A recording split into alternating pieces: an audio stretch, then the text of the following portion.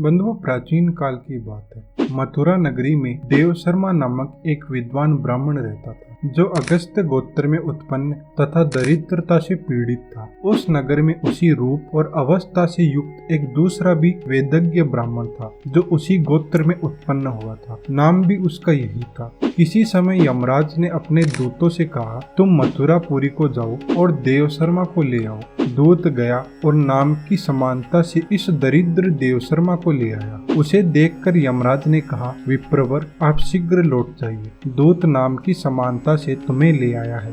ब्राह्मण बोले, भगवान, मैं घर नहीं लौटूंगा। जीवन भर की दरिद्रता से वहाँ भी मैं तंग आ गया था। अब जो शेष आयु है उसे यहाँ आपके समीप ही बिता दूंगा। इस पर यमराज ने कहा, हे ब्राह्मण, यहाँ कोई असमय नहीं आता है और समय पूरा होने पर कोई पृथ्वी पर क्षण भर भी जीवित नहीं रहता। पृथ्वी पर न कोई मेरा मित्र है न शत्रु।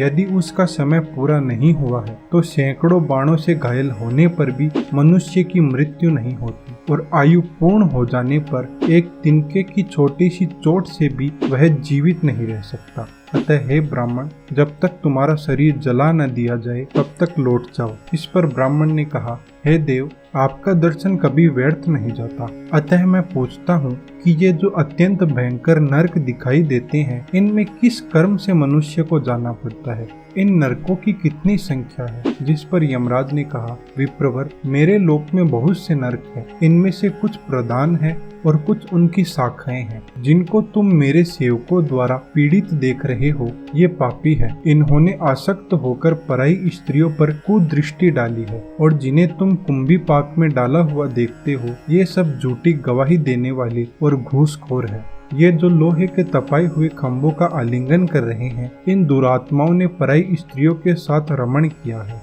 इसी प्रकार विविध पापों का फल भोग कराने के लिए भिन्न भिन्न नरक है, और जो मनुष्य प्रभास क्षेत्र में जाकर नरकेश्वर शिव का दर्शन करता है, उसे कभी नरक नहीं देखना पड़ता। नरकेश्वर की स्थापना स्वयं मैंने ही की है। और यह सुनकर वह ब्राह्मण अपने घर को लौट गया और धर्मराज का वचन स्मरण करके प्रभास क्षेत्र में जा जीवन भर नरकेश्वर की आराधना में संलग्न हो उत्तम सिद्धि को प्राप्त हुआ।